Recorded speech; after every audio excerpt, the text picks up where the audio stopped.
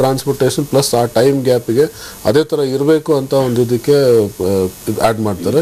ಇನ್ನೊಂದೇನೆಂದರೆ the second most important uses, ಈಗ ಮಿಲ್ಕ್ನಲ್ಲಿ ಒಂದು SNF ಅಂತ ಬರುತ್ತೆ, ಸಾಲಿಡ್ ಡೋಸ್, ಬೇಸಿಕ್ಲಿ ಅದು ಮಿನರಲ್ ಕಂಟೆಂಟ್.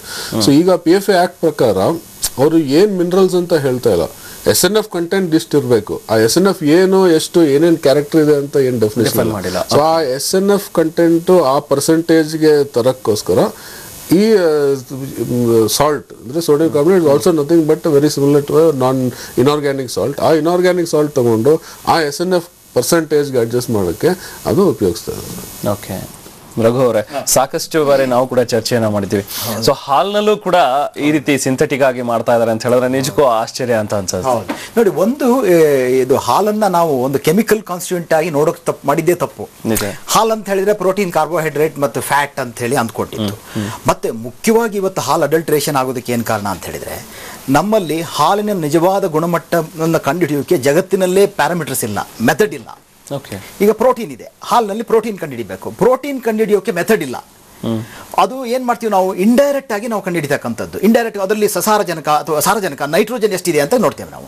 ಆ ನೈಟ್ರೋಜನ್ ಏನಿದೆ ನೋಡ್ಬಿಟ್ಟು ಅದನ್ನ ಮಲ್ಟಿಪ್ಲೈ ಮಾಡಿ ಹಾಲ್ ಇಷ್ಟು ಅಂತ ಹೇಳ್ತೀವಿ. ಹೇಗೆಂದ್ರೆ ಬಿಳಿ ಕೋಟ್ ಹಾಕಿದ್ರೆ ಡಾಕ್ಟ್ರು, ಕರಿ ಕೋಟ್ ಹಾಕಿದ್ರೆ ಲಾಯರು, ಅಥವಾ ಪೊಲೀಸ್ ಡ್ರೆಸ್ ಹಾಕಿದ್ರೆ ಪೊಲೀಸು ಅಂತ ಹೇಳು, ಕಳ್ಳನು ಪೊಲೀಸ್ ಡ್ರೆಸ್ ಅಲ್ಲೇ ಬರ್ಬೋದು.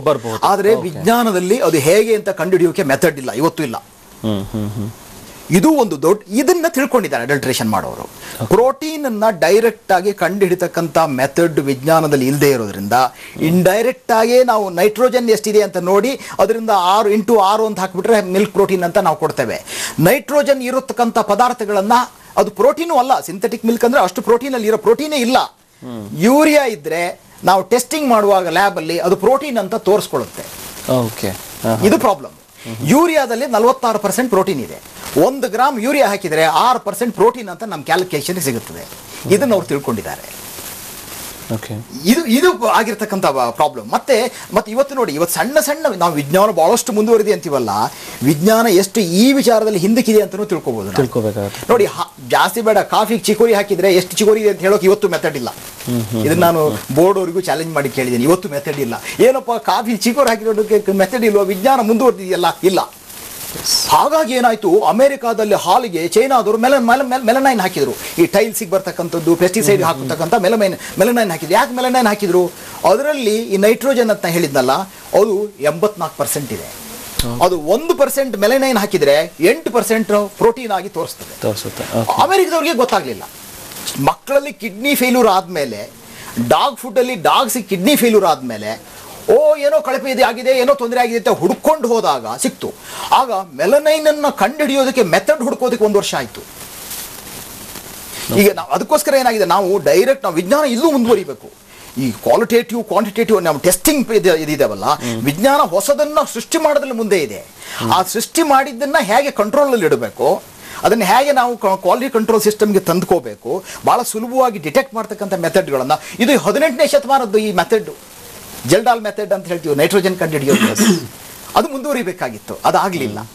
ಮತ್ತೆ ಅಲ್ಲಿ ಸೋಡಿಯಂ ಹೈಡ್ರಾಕ್ಸೈಡ್, ಸೋಡಿಯಂ ಕಾಸ್ಟಿಕ್ ಸೋಡಾನ ಅನ್ಫಾರ್ಚುನೇಟ್ಲಿ ಕಾನೂನಲ್ಲಿ ಹಾಕೋದಕ್ಕೆ ಅವಕಾಶ ಇದೆ. ಸ್ಮಾಲ್ ಕ್ವಾಂಟಿಟಿ ಅಸಿಡಿಟಿ ಕಮ್ಮಿ ಮಾಡೋಕೆ sodium hydroxide is allowed. Australia ಒಂದು ಬಿಟ್ಟು, ಡೆನ್ಮಾರ್ಕ್ ಒಂದು ಬಿಟ್ಟು ಅಲ್ಲಿ ಬ್ಯಾನ್ ಮಾಡಿದ್ರು.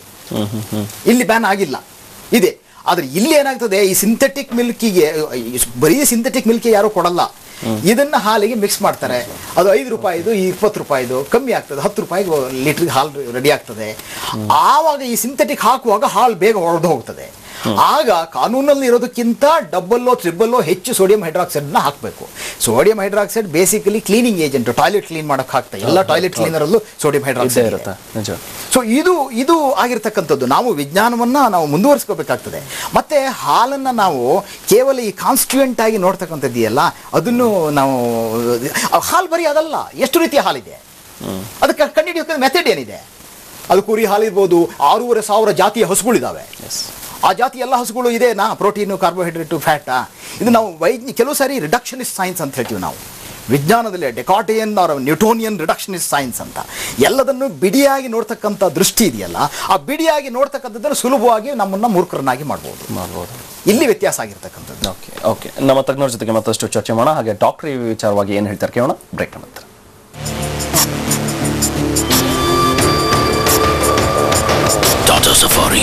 now rupees 7.95 lakhs only.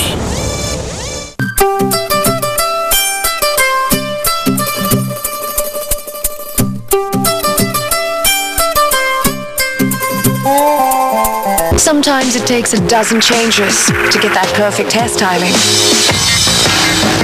Hundreds of takes for the perfect shot. But just one touch for the perfect cooling. With one touch, the Panasonic EcoNavi air conditioner activates intelligent sensors that sense location, sunlight, activity levels, and even absence, giving you maximum energy savings. It's one touch to change the future. Panasonic, ideas for life. At Brain Cafe, students learn by observing, exploring, and creating. Brain Cafe School Program, a new world of learning. ಈಗ ಪಡೆಯಿರಿ free 40 ಲಕ್ಷಕ್ಕಿಂತಲೂ ಹೆಚ್ಚಿನ ಹಾಡುಗಳನ್ನು download ಮಾಡಿ ಮತ್ತು share ಮಾಡಿ Nokia ಆಶಾ 200 dual sim phone ನಲ್ಲಿ. Forgot something? You. What makes you exceptional? Your success or the way you handle it? Introducing the new city, exceptional like you. ಜಗತ್ತಿನ ಎಲ್ಲಾ ತಂದೆ ತಾಯಂದಿರ ಕನಸು ತಮ್ಮ ಮಕ್ಕಳಿಗೆ ಟಾಪ್ ಗ್ರೇಡ್ಸ್ ಸಿಗ್ಲಿ ಅಂತ. ಆದ್ರೆ ಕೆಲವರ ಹತ್ರ ಅಡ್ವಾಂಟೇಜ್ ಇರುತ್ತೆ. ಈ ಅಡ್ವಾಂಟೇಜ್ ಕ್ವಾಲಿಟಿ ಪ್ರಿಂಟಿಂಗ್ ಅನ್ನ ಎಷ್ಟು ಅಫೋರ್ಡೆಬಲ್ ಮಾಡುತ್ತೆ ಅಂದ್ರೆ ಅವರು ತಮ್ಮ ಮಕ್ಕಳ ಭವಿಷ್ಯವನ್ನು ಉಜ್ವಲಗೊಳಿಸೋದು ಸಾಧ್ಯವಾಗುತ್ತೆ, ಅದು ನಿಶ್ಚಿಂತೆಯಿಂದ. HP ಇಂಕ್ ಅಡ್ವಾಂಟೇಜ್ ಪ್ರಿಂಟರ್ ಖರೀದಿಸಿರಿ ಮತ್ತು ಪಡೆಯಿರಿ affordable HP quality printing. SMS smart kit to 56070.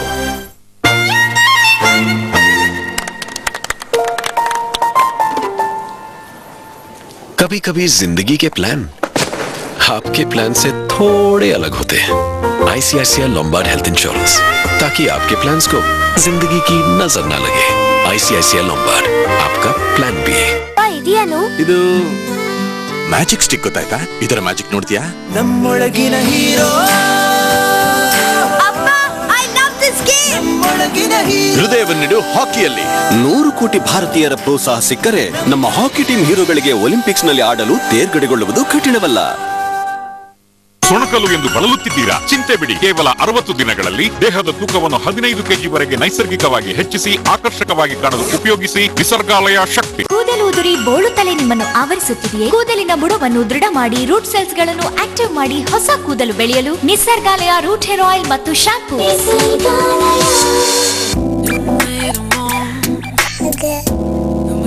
Hi baby.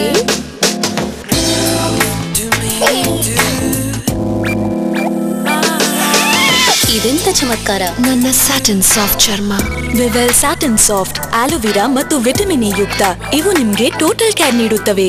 ಇದರ ಆಕ್ಟಿವ್ ಪ್ರೋ ಎನ್ ಚರ್ಮಕ್ಕೆ ನೀಡುತ್ತದೆ ಪೋಷಣೆ, ರಕ್ಷಣೆ, ಮಾಯಿಶ್ಚರೈಸೇಷನ್. ನಿಮ್ಗೆ ಸಿಗುತ್ತದೆ ಬೇಬಿ ಸಾಫ್ಟ್ ಚರ್ಮ. Vivel by ITC.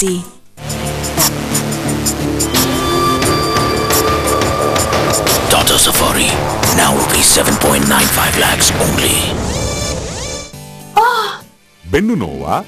ಮಿರಾಕುಲ್ painkiller oil ನೋವನ್ನು ತುಂಬಾ ಬೇಗ ನಿವಾರಿಸುತ್ತದೆ. ನಂಬಿಕೆ ಇದ್ರೆ ಪರೀಕ್ಷೆ ಮಾಡಿ.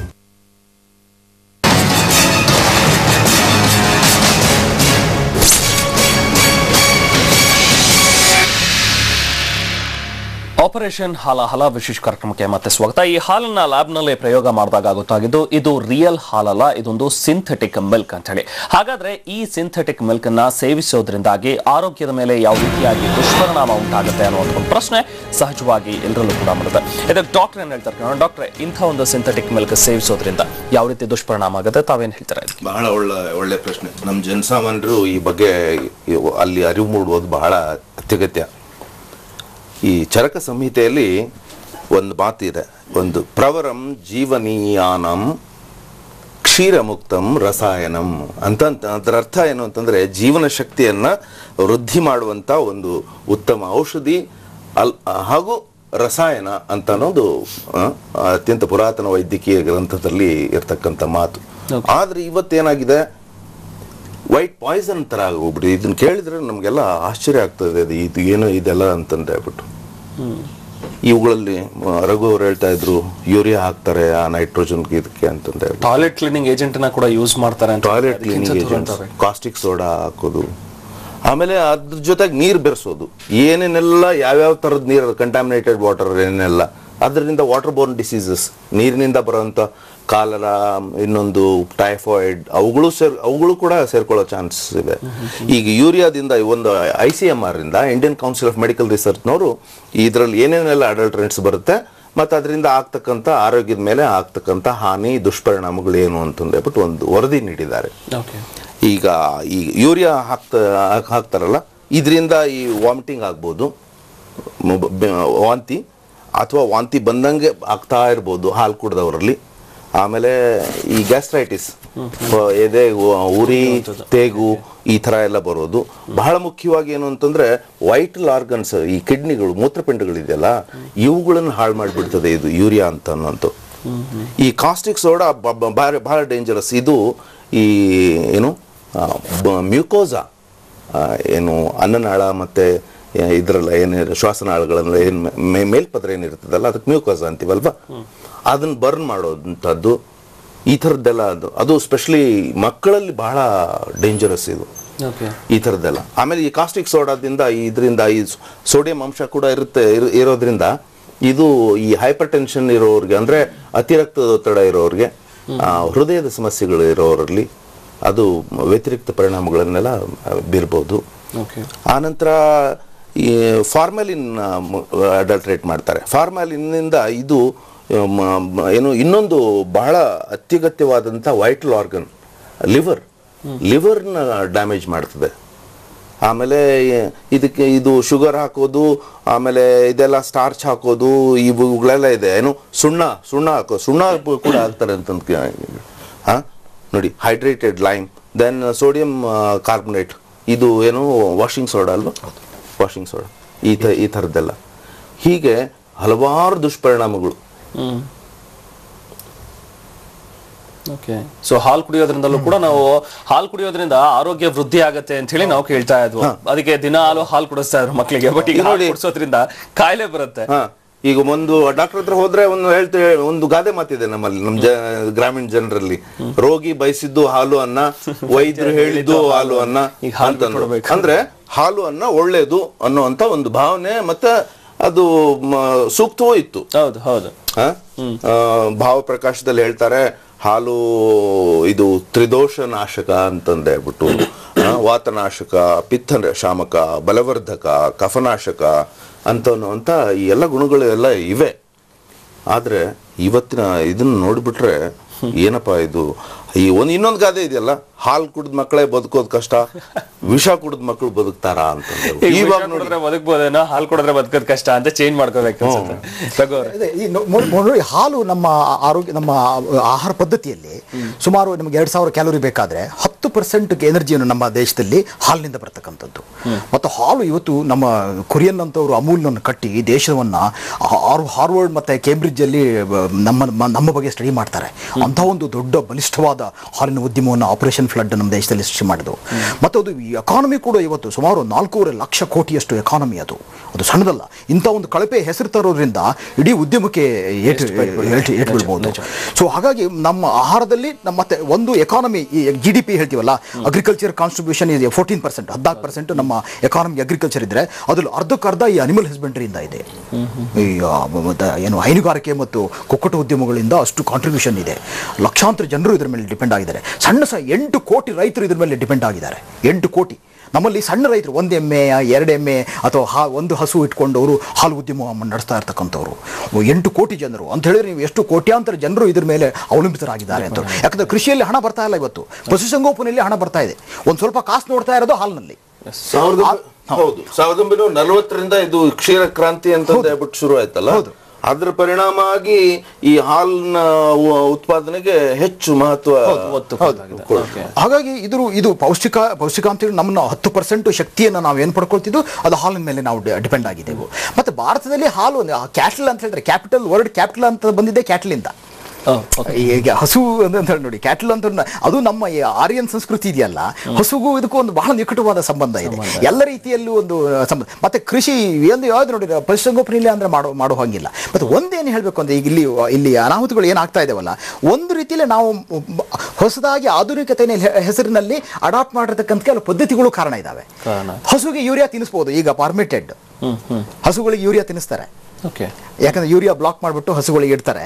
ಹಸುಗಳು ನೆಕ್ಕೋದ್ರಿಂದ ಅದರಲ್ಲಿ ನೈಟ್ರೋಜನ್ ಇದ್ದಿದ್ದು ಹೊಟ್ಟೆಯಲ್ಲಿ ಪ್ರೋಟೀನ್ ಆಗುತ್ತೆ. ಮೇವಿಗೂ ಕೂಡ ಯೂರಿಯಾ ಹಾಕ್ತಾರೆ. ಇದು ವೆಸ್ಟರ್ನ್ ಜರ್ಮನ್ ನಲ್ಲಿ ಯೂರಿಯಾ ಯಾವಾಗ ಆಕಾಶದಲ್ಲಿರೋ ನೈಟ್ರೋಜನ್ ಒಡೆದ್ಬಿಟ್ಟು 400 ಡಿಗ್ರಿಯಲ್ಲಿ ಕುದಿಸಿ ಯೂರಿಯಾ ಮಾಡೋದು ಕಲ್ತ್ಕೊಂಡ್ರು, ಆ ಯೂರಿಯಾ ಅದನ್ನ ಗದ್ದೆಗೂ ಹಾಕಿದ್ರು, ಹಸುಗಳಿಗೂ ಹಾಕಿದ್ರು. ಆ ಯೂರಿಯಾ ಪ್ರಾಕ್ಟೀಸ್ ಈಗಲೂ ಇದೆ. ರೈತರು, ನನ್ನ ದೃಷ್ಟಿಯಲ್ಲಿ ಇದು ಫಸ್ಟ್ ಹುಟ್ಟಿದ್ದು ಕುರುಕ್ಷೇತ್ರದಲ್ಲಿ ಅಂತ ಹೇಳ್ತಾರೆ. ಕುರುಕ್ಷೇತ್ರ, ಮಹಾಭಾರತ ಕುರುಕ್ಷೇತ್ರ, ಹರಿಯಾಣ ಹತ್ರ ರೈತರು ಯೂರಿಯಾ ಕೊಡ್ತಾ ಇದ್ರು ಹಸುಗೆ. ಸರಿ, ಮೇಲೆ ಕಂಡುಕೊಂಡ್ರು ಪ್ರೋಟೀನ್ ಕಂಡುಹಿಡಿಬೇಕಾದ್ರೆ ನೈಟ್ರೋಜನ್ ಇದೆ, ನೈಟ್ರೋಜನ್ ಯೂರಿಯಾದಲ್ಲಿ ಇದೆ 46%, ಇದನ್ನ ಒಂಚೂರು ಸೇರಿಸ್ಬಿಟ್ರೆ ಅಲ್ಲಿ ಪ್ರೋಟೀನ್ ಬರ್ತದೆ ಅಂತ ಗೊತ್ತಾಯ್ತು. ಸೊ ಹೀಗಾಗಿ ಈ ಕೃಷಿ ಪದ್ಧತಿಗಳಲ್ಲೂ ಸ್ವಲ್ಪ ಬದಲಾವಣೆಯನ್ನ, ಏನು ಪರಿಸರ ಸ್ನೇಹಿ ಇಂಥ ಇದಕ್ಕೆ ನಮ್ಮ ಸಣ್ಣ ರೈತರು ಯಾರು ಇದನ್ನು ಮಾಡ್ತಾ ಇಲ್ಲ. ಆದ್ರೆ ಈಗ ದೊಡ್ಡ ಇದು ಬರ್ತಾ ಇದೆಯಲ್ಲ, ಉದ್ಯಮಗಳಾಗಿ ಬರ್ತಾ ಇದೆಯಲ್ಲ, ಕಾರ್ಪೊರೇಟ್ ಫಾರ್ಮಿಂಗ್ ಬರ್ತಾ ಇದೆಯಲ್ಲ, 1 ಲಕ್ಷ ಹಸುಗಳನ್ನು ಒಟ್ಟಿಗೆ ಕಟ್ತಕ್ಕಂಥದ್ದು. ಇಲ್ಲಿ ಈ ತರ ಒಂದು ಆಧುನಿಕತೆಯ ಹೆಸರಿನಲ್ಲಿ ಕೆಲವು ಅನಾಹುತಗಳು ನಡೀತವೆ. ಸೋಡಿಯಂ ಹೈಡ್ರಾಕ್ಸೈಡ್ ಎಲ್ಲಿಂದ ಬಂತು? ಕ್ಲೀನ್ ಮಾಡಬೇಕಾದ್ರೆ ಸೋಡಿಯಂ ಹೈಡ್ರಾಕ್ಸೈಡ್ ಎಲ್ಲಿಂದ ಬಂತು? ಫಾರ್ಮಲಿನ್ ಎಲ್ಲಿಂದ ಬಂತು? ಅಥವಾ ಯೂರಿಯಾ ಎಲ್ಲಿಂದ ಬಂತು? ನಮ್ಮ ರೈತರಿಗೆ ಯೂರಿಯಾ ಪರಿಚಿದವರು ಯಾರು? ಹೀಗಾಗಿ ನಾವು ಕೆಲವು ಸಾರಿ ಏನಾಗುತ್ತೆ, it is not that we give right answers, we should ask right question ಅಂತ. ಸರಿಯಾದ ಪ್ರಶ್ನೆಗಳನ್ನು ಕೇಳಬೇಕಾಗ್ತದೆ. ಸೊ ಹೀಗಾಗಿ ನಮ್ಮ ಹಾಲಿನ ಉದ್ಯಮ ಎಲ್ಲವೂ ಸರಿಯಾಗಬೇಕು ಅಂದ್ರೆ, ಸದ್ಯ ನಮ್ಮಲ್ಲಿ ಸಣ್ಣ ರೈತರಾಗಿರೋದ್ರಿಂದ ಇವಕ್ಕೆಲ್ಲ ಹೋಗಲು ಖಂಡಿತ ನಮ್ಮ ರೈತರು ಯಾರು ಇದ್ರ ಬಗ್ಗೆ ಮಾಡ್ತಾ ಇದ್ದಾರೆ ಅಂತ ಹೇಳಕ್ಕಾಗಲ್ಲ. ಆದ್ರೆ ಎಲ್ಲಿ ಇದು ಒಂದು ಉದ್ಯಮವಾಗಿ ಬೆಳೀತದೋ ಅಲ್ಲಿ ನೀವು 100% ಅದು ಆಕ್ಸಿಟೋಸಿನ್ ಹೊಡೆಯೋದಿರ್ಬೋದು, ಹಾಲು ಇಳಿಸೋದಕ್ಕೆ ಗರ್ಭಿಣಿ ಹೆಂಗಸಿ ಕೊಡ್ತಕ್ಕಂಥ ಇಂಜೆಕ್ಷನ್ ಕೊಡೋದಿರ್ಬೋದು. ಕೆಚ್ಚಲಲ್ಲಿ ಸ್ವಲ್ಪ ಹಾಲು ಇರಬೇಕು, ಅದು ಇರಬಾರ್ದು ಅಂತ ಹೇಳಿ ಒಂದು ಆಕ್ಸಿಟೋಸಿನ್ ಇಂಜೆಕ್ಷನ್ ಕೊಟ್ಬಿಟ್ಟು ಹಾಲನ್ನು ಇಳಿಸ್ತಾರೆ. ಇಂಡಸ್ಟ್ರಿಯಲೈಸ್ ಆದಾಗ ಯಾರು ಇಲ್ಲ ಹಸುವಿನ ದೇವರು ಅಂತ ನೋಡೋಂಥವ್ರು ಇದ್ದಾರೆ ತಮ್ಮ ಸಣ್ಣ ರೈತರು, ನಾನು ಹೇಳಬೇಕು ಅಂತ. ಹಾಗಾಗಿ ನಾವು ಇಲ್ಲಿ ಕಾರ್ಪೊರೇಟ್ ಇಂಡಸ್ಟ್ರಿ ಡಾಕ್ಟರ್ ಹೇಳಿದಾಗೆ, ಆಮೇಲೆ ಒಂದು ಮಾಡರ್ನೈಸೇಷನ್ ಇದೆ, ಮಿಸ್ಟೇಕನ್ ಮಾಡರ್ನಿಟಿ ಅಂತ ಹೇಳ್ತಾರೆ.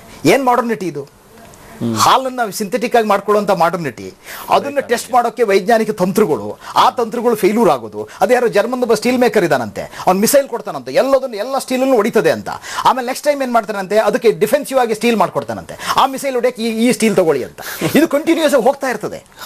ಈ ಮಿಸೈಲ್ ಟೆಕ್ನಾಲಜಿ, ಈ ತರದ ಟೆಕ್ನಾಲಜಿಕಲ್ ರೇಸ್ ಇದೆಯಲ್ಲ, ಇದರಿಂದ ನಾವು ಮತ್ತೆ ಹಳೆಯ, ನನ್ನ ಡಾಕ್ಟರ್ಗೆ ಚೆನ್ನಾಗಿ ಗೊತ್ತು, ನಮ್ಮ ತಳಿಗಳು, ನೇಟಿವ್ ತಳಿಗಳು ಇದಾವಲ್ಲ, ಎಷ್ಟು ಹಾಲುಗಳು ಮಾಡಬಹುದು ನಮ್ಮ ದೇಶದಲ್ಲಿ. 10 ನೇಟಿವ್ ತಳಿಗಳು ಇದಾವೆ. ಅದ್ಭುತವಾದಂತ ಹಾಲು ಮತ್ತೆ ಆ ಎತ್ತುಗಳು ಎರಡು ಉಪಯೋಗಕ್ಕೆ ಬರುವಂತ ಹಲವಾರು ತಳಿಗಳಿವೆ. ದೇವಣಿ ಇದೆ, ಥಾರ್ ಪಾರ್ಕರ್ ಇದೆ, ಲಾಲ್ ಕಂದಾರಿ ಇದೆ, ಲಾಲ್ ಸಿಂಧಿ ಇದೆ, ಗೌಳಾವು ಇದೆ, ಕಿಲಾರ್ ಅಂತಂದಿದೆ, ಅಪ್ಗ್ರೇಡಿಂಗ್ ಅಂತ ಇದೆ. ಇವೆಲ್ಲ ನಮ್ಮವೇ ದೇಸಿ ಗೋವಂಶಗಳು. ನಾವು ಬಿಟ್ಬಿಟ್ವಿ ಇವನ್ನ. ನಮ್ದು ಅಂತ ಅನ್ನೋದು ಅದು ಹಿತ್ತಲ್ ಗಿಡ ಮದ್ದಲ್ಲ ಅಂತ ಅನ್ನೋ ಒಂದು ಗಾದೆ ಇದೆ ನೋಡಿ. ನಮ್ಮಲ್ಲಿ ಇದ್ದಿದ್ದನ್ನ ಬಿಟ್ಬಿಟ್ಟು ಬರೀ ವಿದೇಶಿ ಹಸುಗಳನ್ನ ನಾವು ಇದ್ ಮಾಡಕ್ಕೆ ಶುರು ಮಾಡಿದ್ವಿ.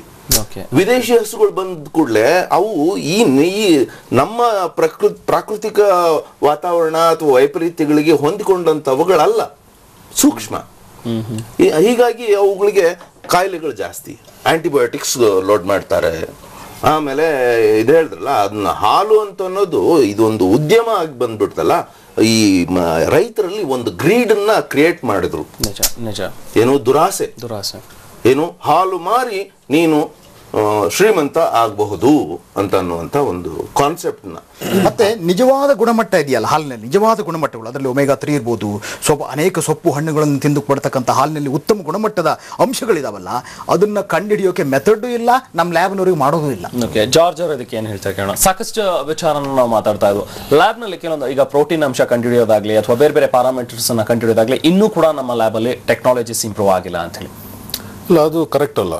I must clarify. ಯಾಕಂದರೆ ನಾನು ಈ ಫೀಲ್ಡಲ್ಲಿ ಇದ್ದದಕ್ಕೆ ನನಗೆ ಕ್ಲಿಯರ್ ಆಗಿ ಗೊತ್ತಿದೆ ದಟ್ ಸೈಂಟಿಫಿಕ್ ಟೆಕ್ನಾಲಜಿ ಇದೆ.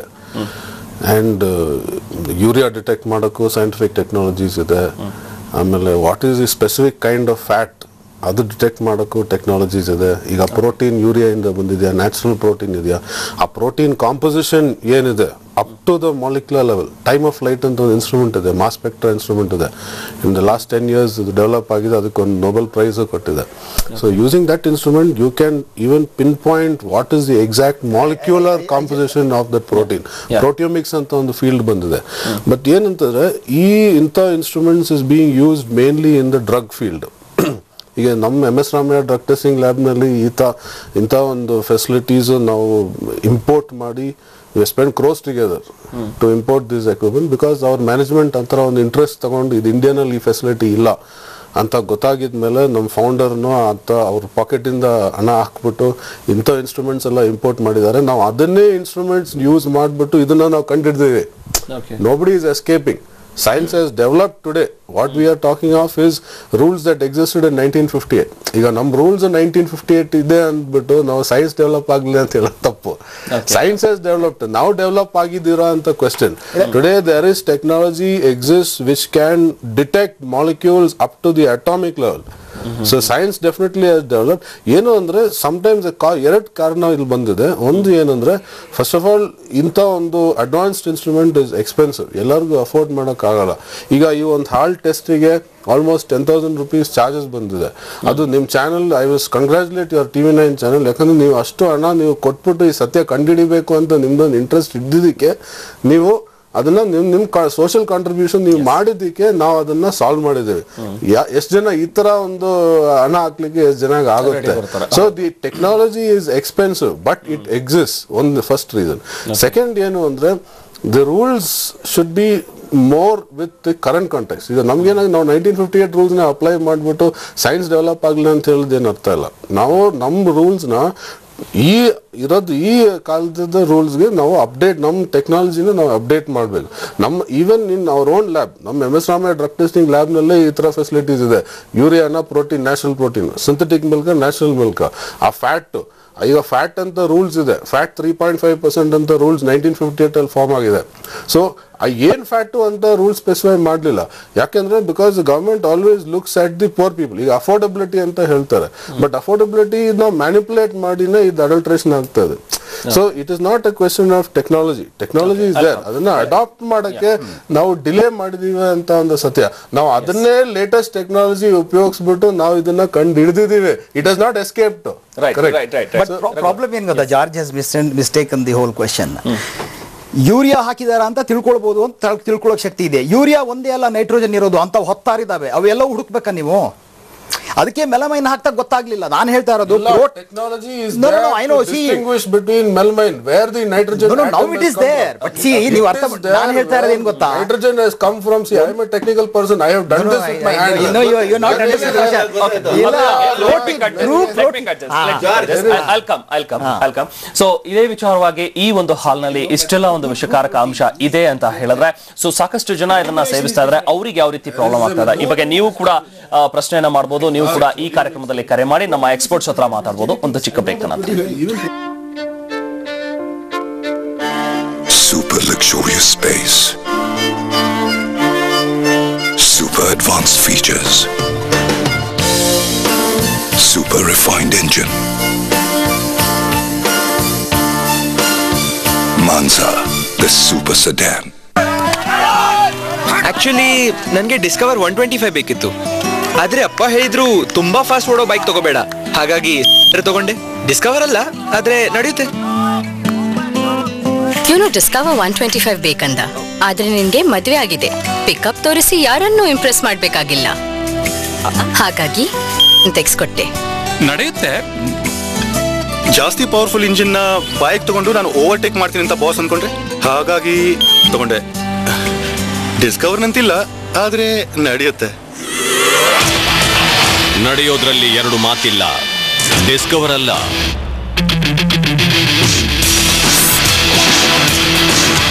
DTSI powered Bajaj Discover 125.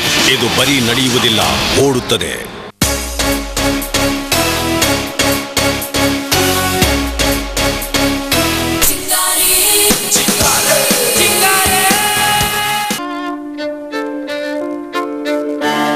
Super luxurious space, super advanced features,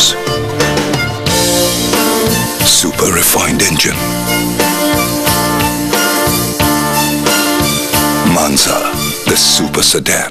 ನಿಮ್ಮ ಹಕ್ಕಿಗಾಗಿ ಹೋರಾಟ. ಕೇವಲ BIS ಚಿನ್ನದ ಆಭರಣಗಳು ಪರಿಶುದ್ಧತೆಯ ಸಂಕೇತವಾಗಿದೆ.